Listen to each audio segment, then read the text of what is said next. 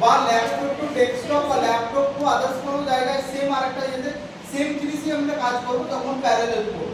VGA port, VGA port আমরা প্রজেক্টরে দেখতে একটা ব্লু কালারের পোর্ট দেখতে পাবে, সেটা হচ্ছে কিন্তু ভিজিএ পোর্ট।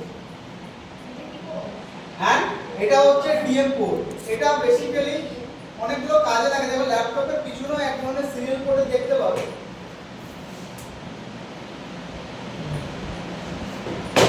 এটা কানেক্ট। এটা হচ্ছে ইথারনেট মানে ইন্টারনেট কানেক্টর। এটাও তো তুমি ল্যাপটপের পিছনে পাবে। এন্ড এটার মাধ্যমে আমরা ইন্টারনেট ইউজ করতে পারবো, ডেটা ট্রান্সফারিং করতে পারবো এবং নেটওয়ার্ক সেটিং করতে পারবো। নেটওয়ার্ক নিয়ে যখন পড়বে তখন জানতে পারবে নেটওয়ার্ক সেটিংসটা কি, যেমন বাস টোপোলজি, ফ্রি টোপোলজি বলে অনেক রকম এরকম নেটওয়ার্কিং আছে। তখন নেটওয়ার্ক করবে তখন এটা সম্পর্কে জানবে। আর এটা হচ্ছে USB.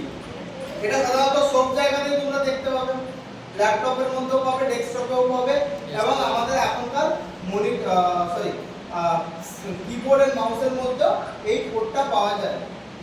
USB universal serial bus.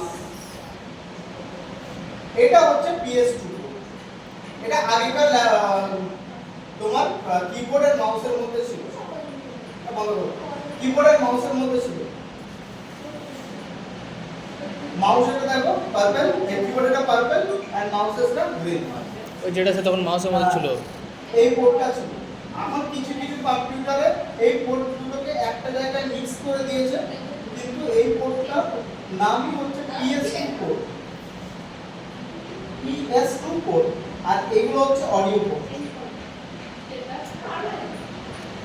এগুলো সব হচ্ছে অডিও পোর্ট। এগুলো অডিও আছে, কোথাও অডিও সাউন্ড রেকর্ড হয়, কোথাও বেসটা রেকর্ড হচ্ছে, কোথাও এরকম ভাবে আছে। ল্যাপটপের মধ্যে সিঙ্গেল অডিও পোর্ট হয়, ডেস্কটপের মধ্যে দেখবে দুটো পোর্ট থাকে আর পিছন দিকে থাকে তিনটে ডেস্কটপ। যদি ডেস্কটপ যখন দেখবে না, যেখানে তোমরা সেখানে শিখতে যাচ্ছ সেখানে ডেস্কটপে শেখো, সিপিইউটা বার করবে, সামনে দেখবে দুটো পোর্ট আছে,